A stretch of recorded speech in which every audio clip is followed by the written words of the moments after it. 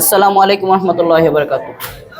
আলহামদুলিল্লাহ ওয়াহদা ওয়াসসালামু আলা ইবাদিহিল্লাযিনা ইসতাফা আম্মা বাদ।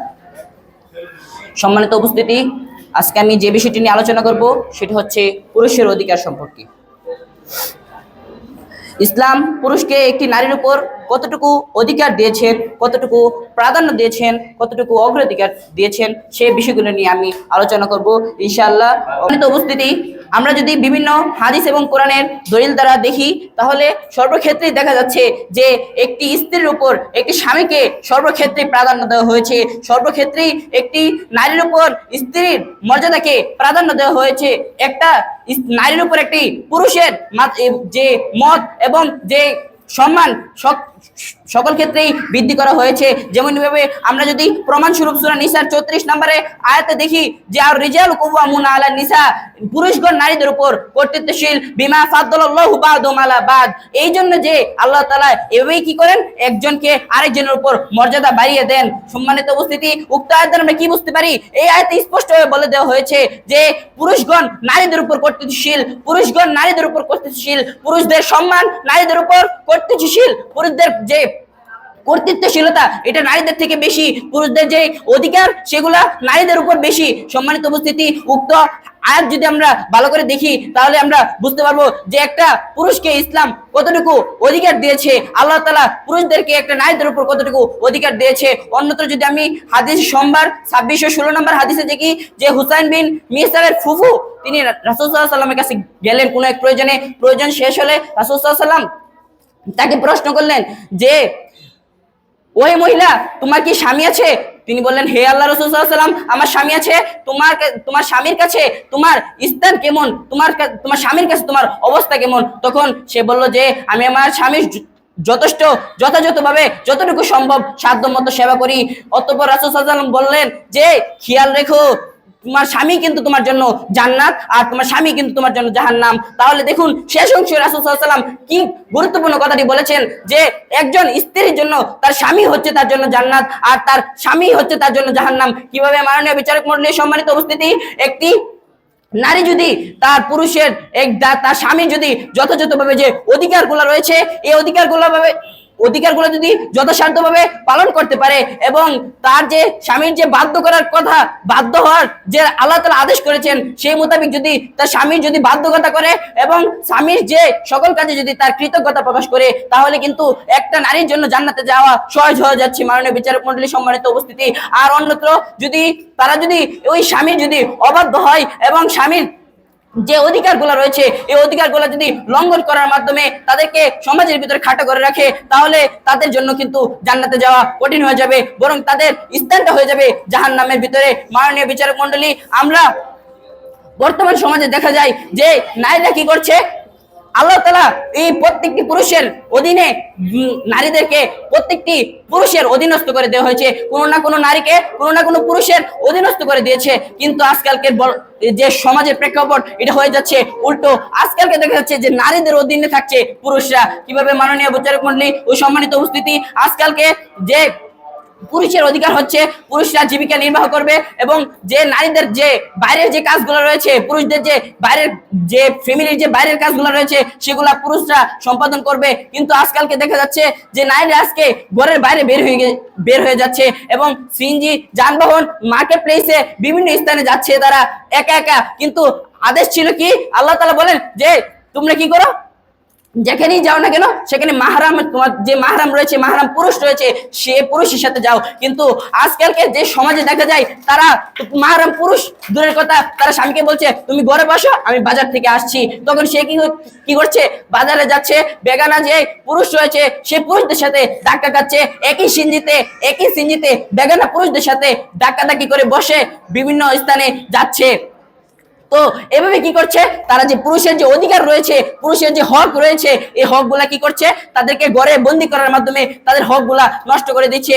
অথচ ইসলাম একটি পুরুষকে কতটুকু হক দিয়েছে সেই হকটা যদি আমরা যদি উক্ত হাদিসটি দেখি তাহলে আমরা স্পষ্টভাবে বুঝতে পারবো। যে হাদিস সোমবার 2613 নম্বর হাদিস, যে হাদিস সোমবার 2613 নম্বর হাদিসে আবু সাঈদ খুদরি থেকে বর্ণিত স্পষ্ট একটি হাদিসে যে রাসূল সাল্লাল্লাহু আলাইহি ওয়াসাল্লামের নিকট তার এক পিতা তার যে কন্যাকে নিয়ে গেল এবং বলল যে হে আল্লাহ রাসূল সাল্লাল্লাহু আলাইহি ওয়াসাল্লাম, আমার কন্যা বিয়ে করতে যাচ্ছে না, আপনি তাকে কিছু বলুন।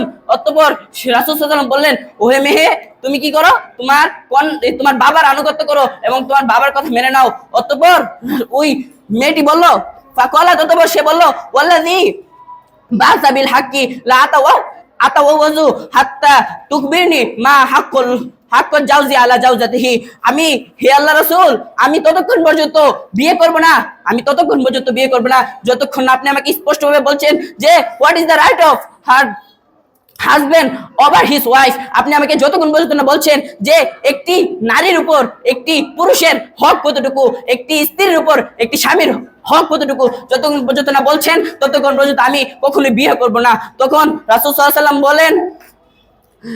ওয়াসাল্লাম বললেন যে হাক্কুল জাওজি আলা জাওজাতিহি লাউ কানাত বিহি কুরহুন, যে রাসূল সাল্লাল্লাহু আলাইহি ওয়াসাল্লাম বলেন যে the husband such a great right। রাসূল সাল্লাল্লাহু আলাইহি ওয়াসাল্লাম বলেন যে হাজবেন্ডকে অর্থাৎ স্বামীকে এমন একটি অধিকার দেওয়া হয়েছে that even if blood and pus come out his mouth nostril, যে যদি তার দুই নাকের যে ছিদ্র রয়েছে, ছিদ্র যদি রক্ত পুঁজও বের হয়, and she lick it with her tongue, যে সে যদি তার জিভ দ্বারা যদি সেগুলো চেটে যদি পরিষ্কার করে, he will not able be fulfill his right, সে তার যে স্বামীর যে পরিপূর্ণ যে অধিকার রয়েছে এই পরিপূর্ণ অধিকার আদায় করতে সক্ষম হবে না। তো মাননীয় বিচারক মণ্ডলী, এখানে কত কঠোর একটি কথা বলা হয়েছে যে একটা নারী কখনোই তার স্বামীর অধিকার পরিপূর্ণভাবে আদায় করতে পারবে না। এমনকি যদি যে স্বামীর নাকের ছিদ্র দিয়ে রক্ত পুঁজ সহকারে বের হয় আর ওই স্ত্রী যদি জিহ্বা দিয়ে সেগুলো পরিষ্কার করে, তবুও না যে একটি পুরুষের অধিকার পরিপূর্ণভাবে আদায় করতে পারবে। কিন্তু বর্তমান সমাজে দেখা যাচ্ছে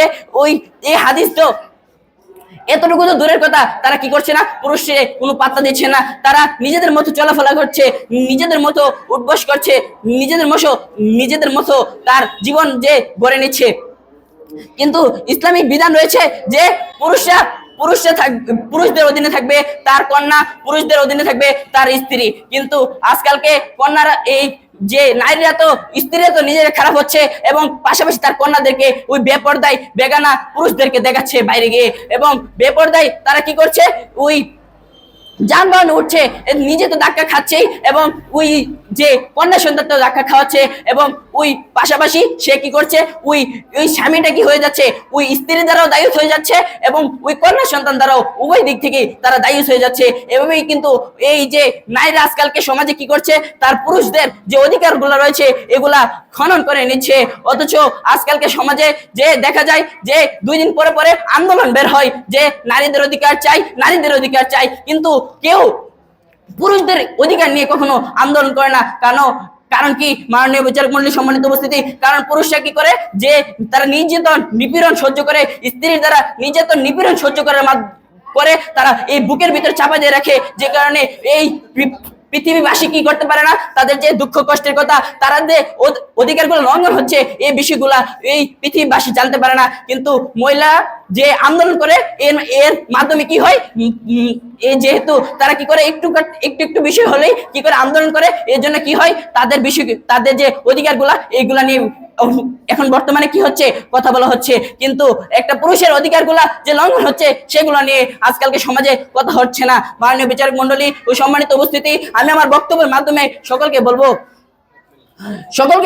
তারা যেন কি করে, যে পুরুষের অধিকারগুলা, স্ত্রীগুলা যেন তারা পুরুষের অধিকারগুলা যথাযথভাবে পালন করে এবং তারা যেন তার পুরুষের অবহেলা না হয়, তাদের যেন কৃতজ্ঞতা করে, সকল ক্ষেত্রে যেন কৃতজ্ঞতা করে। যেমন লাস্ট একটি হাদিস বলে আমি শেষ করতে চাই যে রাসূল সাল্লাল্লাহু আলাইহি ওয়াসাল্লাম বললেন যে রাসূল সাল্লাল্লাহু আলাইহি ওয়াসাল্লাম জাহান্নামে উকি দিলেন এবং দেখলেন অধিকাংশ নারী আর নারী। তখন রাসূল সাল্লাল্লাহু আলাইহি ওয়াসাল্লামকে প্রশ্ন করা হলো যে অধিকাংশ নারী আর নারী কেন হে আল্লাহ রাসূল সাল্লাল্লাহু আলাইহি ওয়াসাল্লাম? তখন রাসূল সাল্লাল্লাহু আলাইহি ওয়াসাল্লাম বললেন যে তারা একটু বিষয়, তার স্বামী সারা জীবন তার জন্য খাটলো আর জীবনে এক পর্যায়ে সে কি করলো, কোনো একটি ভুল করলো। তখন ওই নারীটা বলে, তোমার দ্বারা আমি এই পর্যন্ত কোনো কিছু ভালো আশা করতে পারলাম না। এভাবেই তারা পুরুষদের অকৃতজ্ঞতা জ্ঞাপন করে এবং অথচ তারা কি করছে, এই পুরুষের অধিকারগুলো লঙ্ঘন করছে, লঙ্ঘন তো করছে আবার অকৃতজ্ঞতা প্রকাশ করছে এবং বিভিন্ন ফিতনা ফাসাদের মাধ্যমে পুরুষের অধিকারগুলো লঙ্ঘন করছে। তো আমি সকলকে এটাই বলবো, তারা যেন এই পুরুষের অধিকারগুলো লঙ্ঘন না করে এবং তাদের স্বামীদেরকে যথাসাধ্যভাবে এই আনুগত্য করে এবং তার স্বামীর অধিকারের মাধ্যমে যেন আল্লাহ তাআলার অধিকারগুলো পূরণ করে, এই বলে আমি আমার সংক্ষিপ্ত বক্তব্য শেষ করছি। সুবহানাকাল্লাহুম্মা ওয়া বিহামদিকা আশহাদু আল্লা ইলাহা ইল্লা আনতা আস্তাগফিরুকা ওয়া আতুবু ইলাইক।